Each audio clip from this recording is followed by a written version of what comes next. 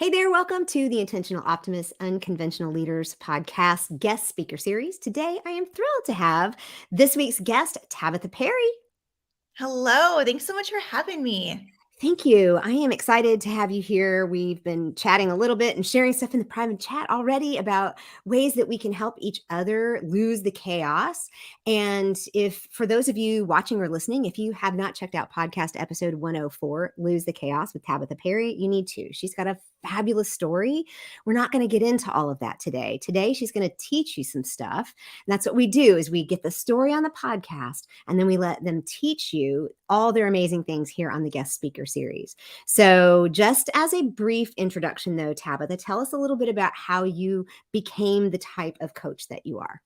Yes, so I think for any of us, we get into what we do because of our personalities and the things that drive us. And I absolutely love structure. I love Mhm. order, and I love helping people create that in their lives. And I realize I specifically love helping women create that order in their Sure. lives because they're just so much more relational. And you know that book, Women Are Like Spaghetti, Men Are Like Waffles. And so I we do just not know have that book.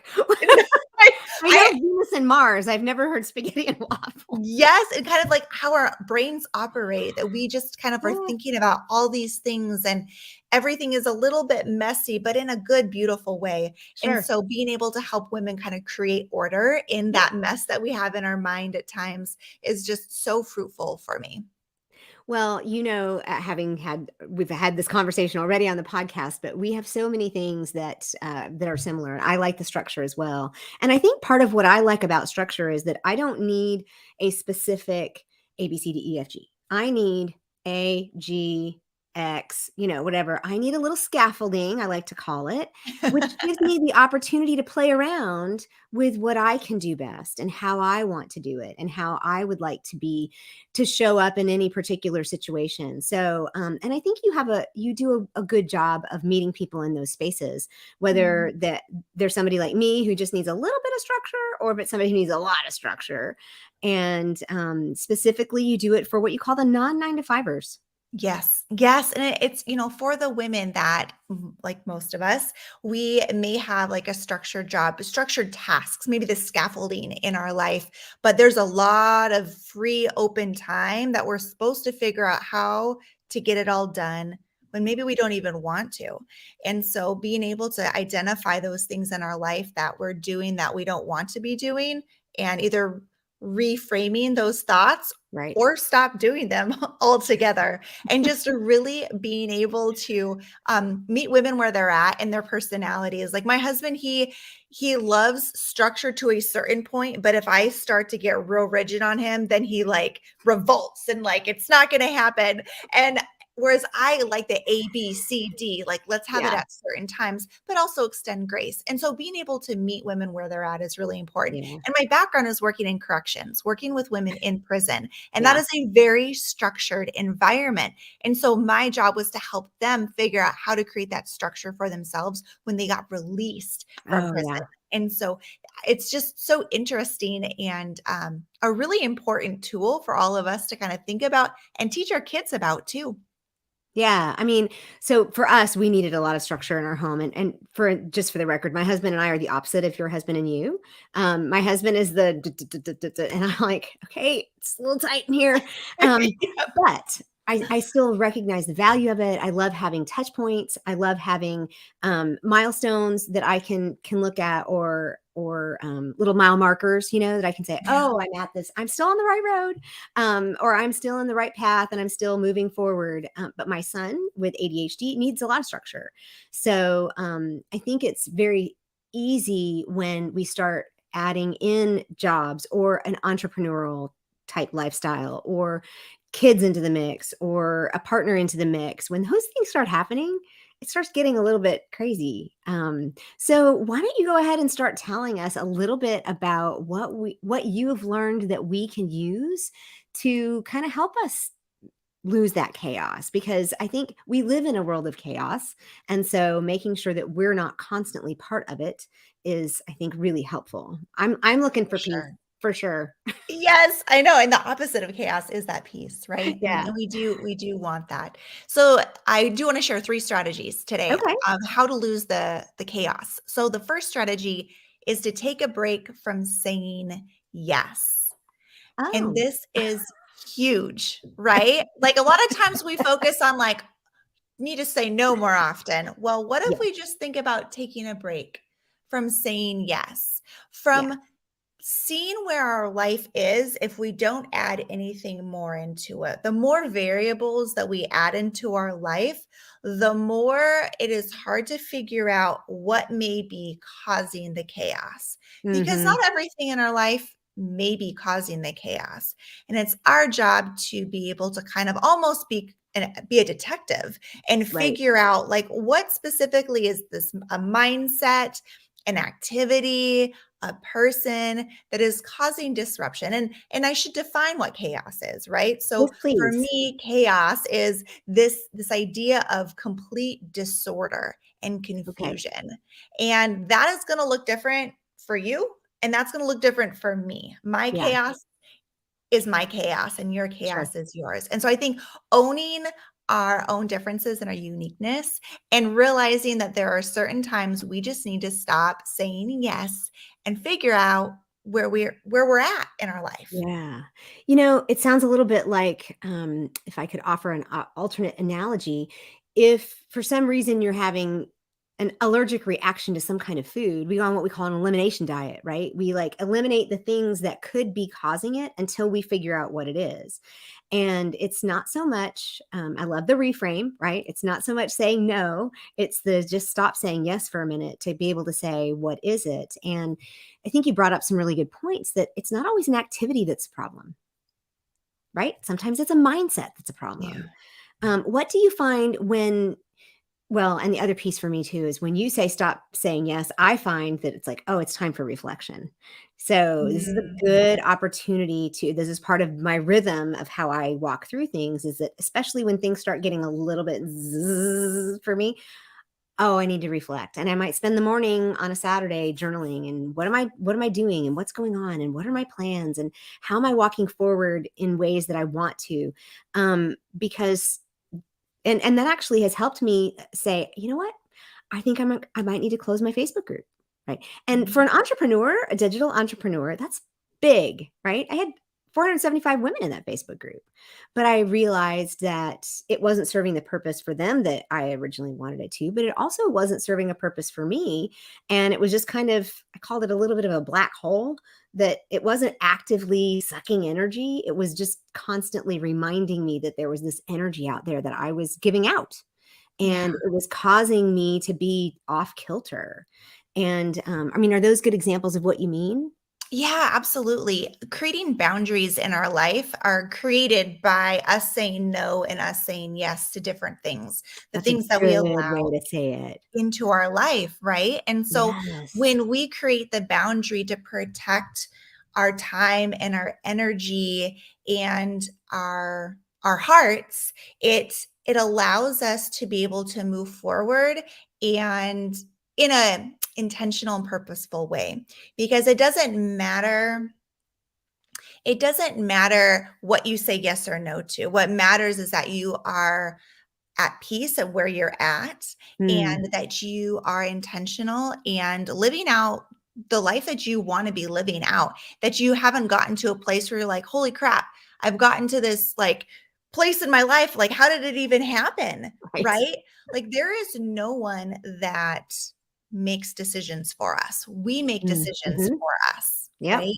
We Yep. decide what we allow into our life and what we don't. Now, sometimes other people kind of barge their way in, but ultimately we get to create that boundary Yeah. and we get to determine what we say yes to. And again, this idea of losing chaos can only be done by each of us. And so we have to Right. identify what that chaos is and kind of again look at your schedule, like look over it and see what things kind of give you that buzz, what things like suck the life out of you, and really Yeah. ask yourself, does this need to be anything that I need to keep? Yeah. I think that's really good, and it's it's so easy for us to think that it's a schedule that's a problem, but looking at what's in the schedule, it might not be that you're that busy. It might be that you're busy with things that are just using up all of your energy and you have nothing left to clean the house Yeah. or to pull the weeds that actually bring me joy, right? I mean, of course I'm using my own examples.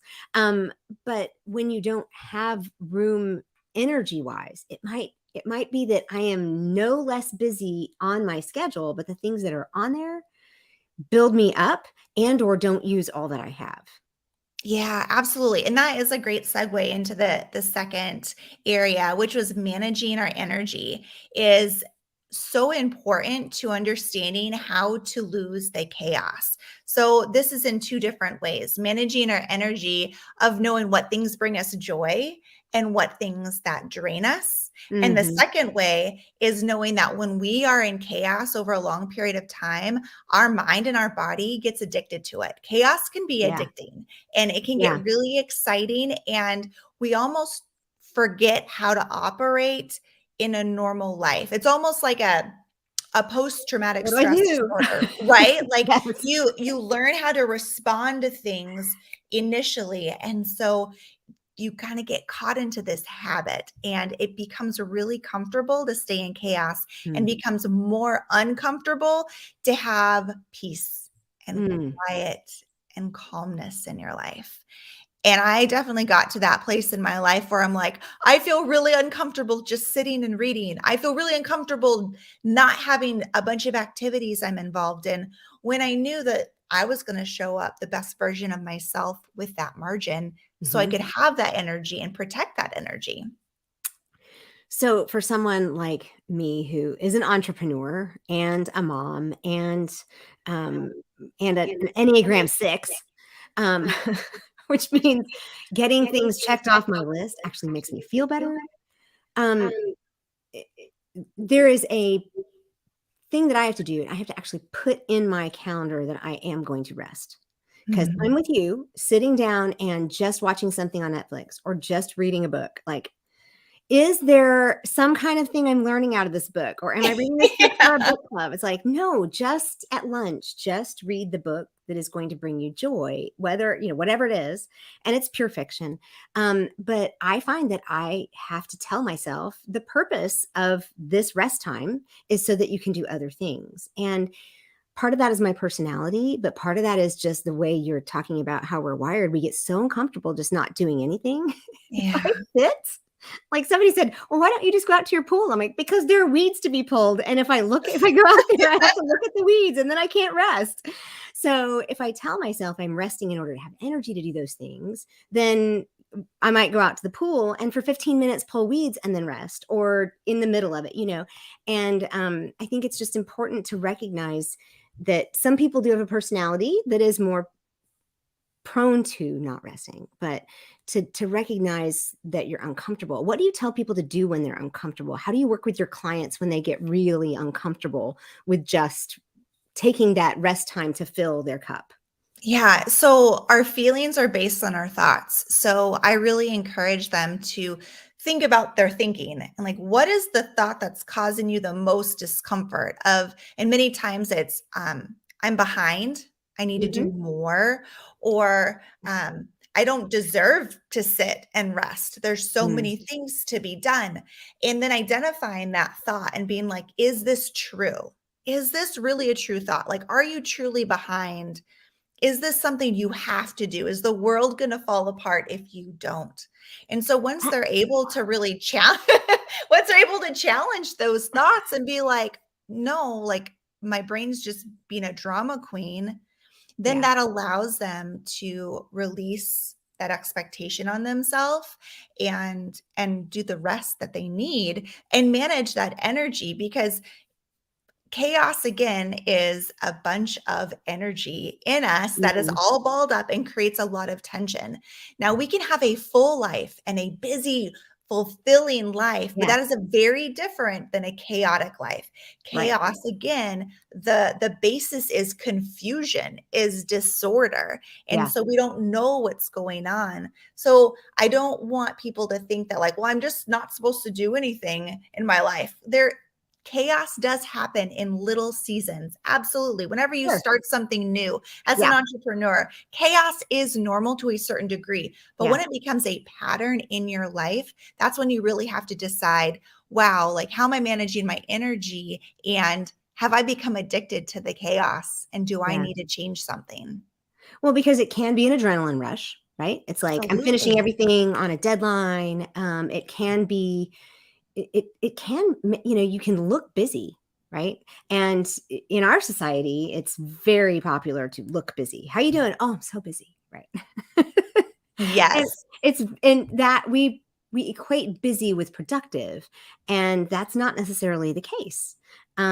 So I think that this is a really good message to remember that that our energy is something that we have control over as well. You're talking about taking a break from saying yes, because sometimes, and there are a few situations where we might not have full control over the decision that's made in a situation, but we always have control over what's going on in here. And we always have Mm, control over how that affects the energy that we have, even when we don't have control over the decisions, right? yes. Oh, that's so good. Yeah. And that control over the decisions really does play into this idea of, um, are we being honest with ourselves, with the Yeah. control that we have in our life?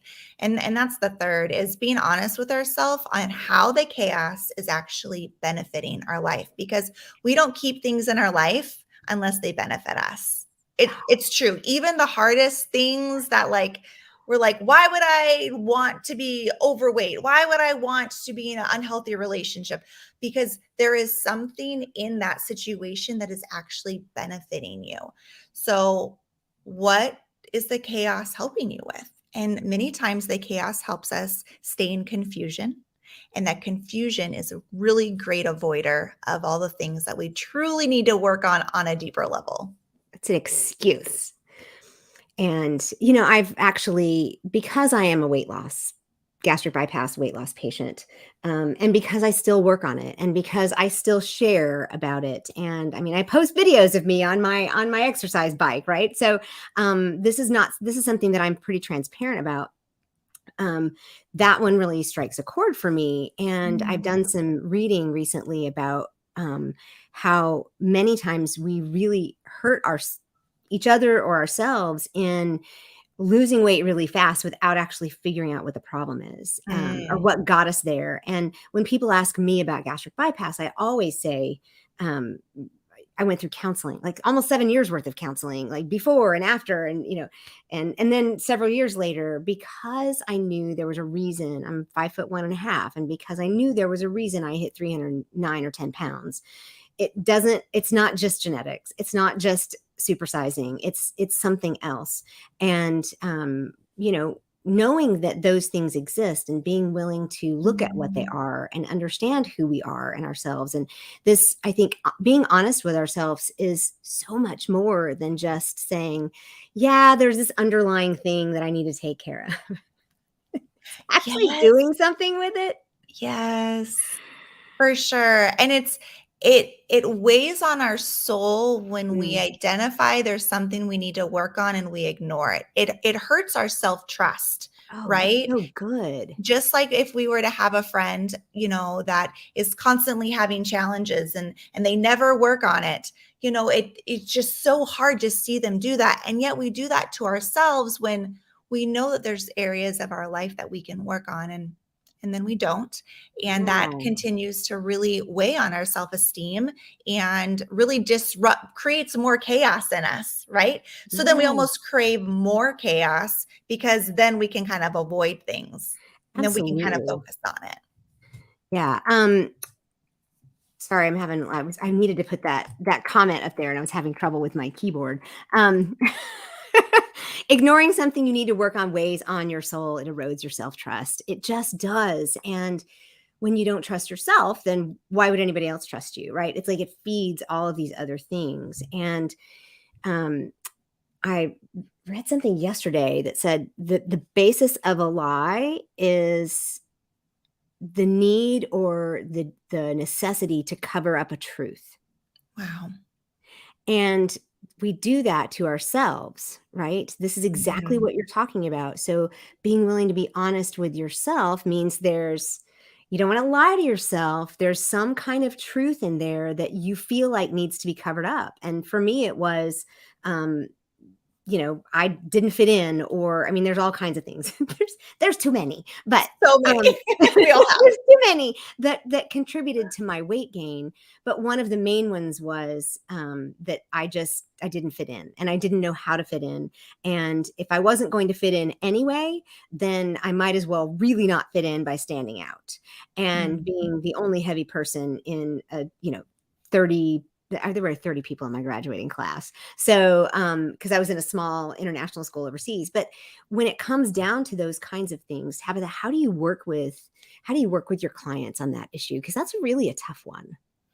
Yeah, just digging into knowing yourself and knowing what those root causes are is a really special time, and a very sensitive time. And so Mm, there are times too when I encourage my clients to also seek counseling, right? sure. When those are deeper issues with a lot of layers. Yeah. I think it's so important to talk with someone specifically trained in that area.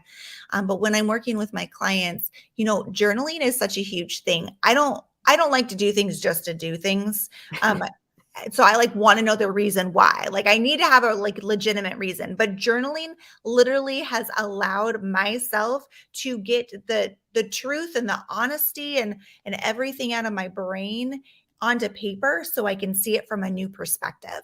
And so having my clients kind of almost do brain dumps on what their thoughts are of like what's holding them back, what's why they're doing the things that they're doing and how it's benefiting them. Because I think that we're missing the ball if we only talk about like, okay, there's this bad thing in my life and here's all the bad things that it's causing. Okay, well, we need to look at like how it's benefiting us and like Mm, really like just look at the whole picture so that way you can move on because our brain's always going to try to latch on to that the goodness.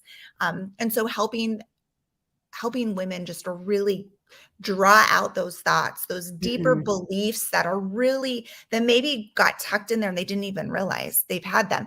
I've had those same ones where I'd be writing things down. I'm like, oh my gosh, I can't believe I just wrote that. Yeah. I believe that. That is fascinating.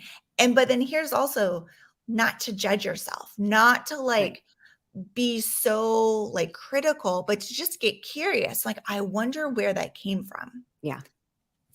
I've had several of those. I'm a famous journaler and, well, not a famous journaler, but I famously journal. Let me put it that way. The people who know me know that I journal. I go through about 2 a year, and I journal different types of things, but there times they become prayers because of Mhm. I'll realize, oh, I need to talk to somebody just like it'll all come out.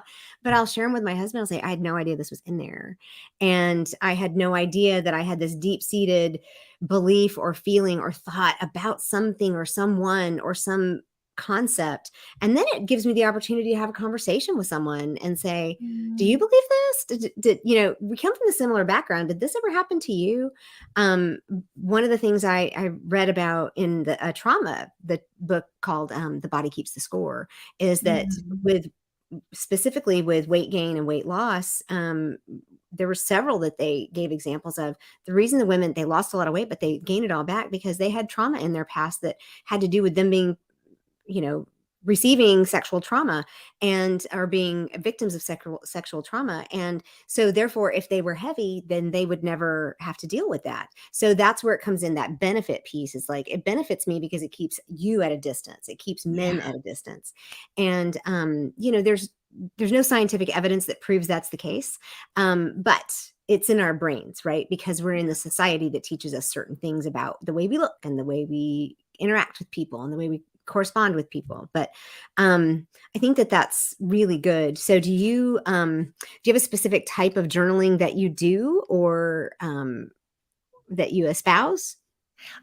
So personally, I do a lot of brain dumps. I just Okay. get it all out, messy thoughts, lists, all of the things. And so honestly, that is kind of the first thing that I have my clients do because many of the women that I'm working with, they're coming from chaos. They're wanting Right. to create that order in their life. And so to put more structure on them than what they're already trying to like Gotcha. manage Sure. is challenging. So that's my one go-to.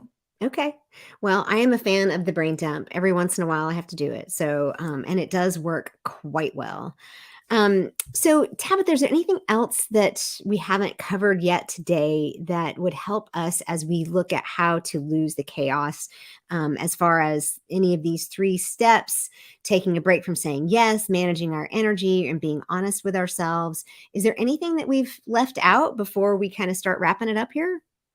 Yeah, just on the point of being honest with yourself about how the chaos is benefiting you, I think it's really important to understand when we're living really busy lives and we're going and doing all these activities, specifically families like with young kids and their kids are in all these different sports and activities.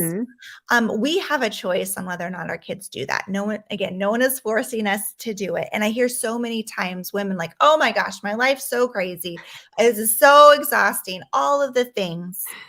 And I can't help but wonder, is it easier for the kids to go and do all these activities, keep going versus being at home and having to figure out how to interact with them? And I have this challenge with my girls too. I Yeah. like structured activities to interact with them. It's hard for me just to be playful and just hang out.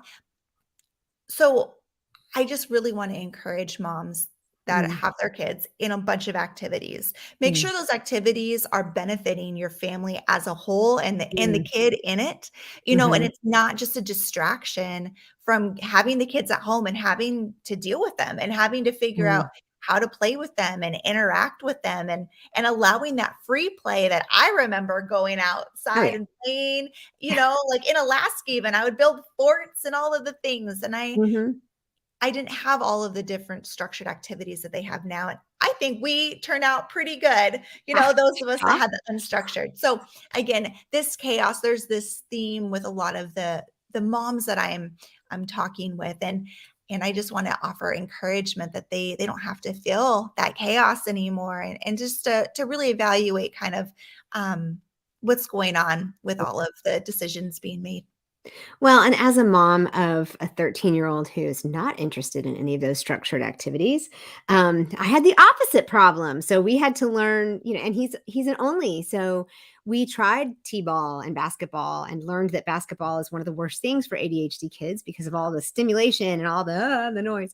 And t-ball, he just kind of like he was the pulling up the daisies kind of kid. He was like, I am bored. And then we found out that soccer didn't work because he likes to play soccer, but he didn't like being told what to do by a coach. And so it's just like, I mean, minor detail. okay, so I guess we're not going to do structured sports. But so we had to get creative to find things that we could do with him. And we had to figure that out because I'm totally a kid from like, I'm older, way older than you. And I am 100%. My mom was like, go outside. I will call you when it is time to come in. What am I Yep. going to do? Go find something. There are things to do outside. And I still do that with my son. It's like, you have a trampoline, you have scooters, you have all kinds of games, you have a room full of whatever. And so we have the opposite issue. But Mm. at the same time, I don't know that we would have benefited from being constantly on the go. There is this, we do wish that he had some of the social skills you develop in some of those activities. But, I watch young moms and I'm like, oh, honey, that's too much. It's No exhausting. wonder you're exhausted. Um, but okay. So where's the best place to find you? Yeah, so I can be reached at Tabitha Perry Life Coach on Facebook as well as Instagram, and I also have a podcast. That's the Life Edit podcast with Tabitha Perry.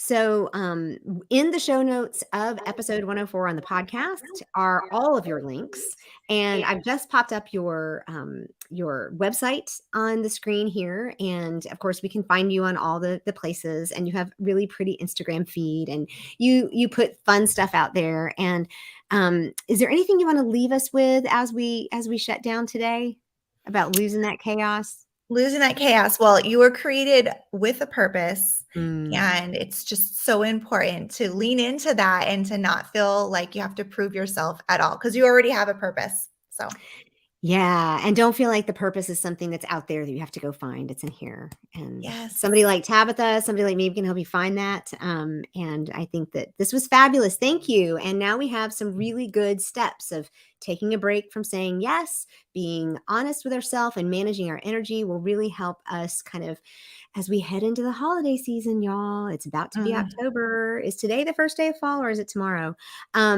So either way, as we head into that, Tabitha, thank you so much because I think this is very, very helpful. So check out the Thank you. episode 104 on the podcast, Intentional Optimists, Unconventional Leaders, and hear her entire story because you're going to want to. She's a little powerhouse here. So thank you so much, and y'all have a great day. Thanks, Tabitha. Thank you. Bye. Bye.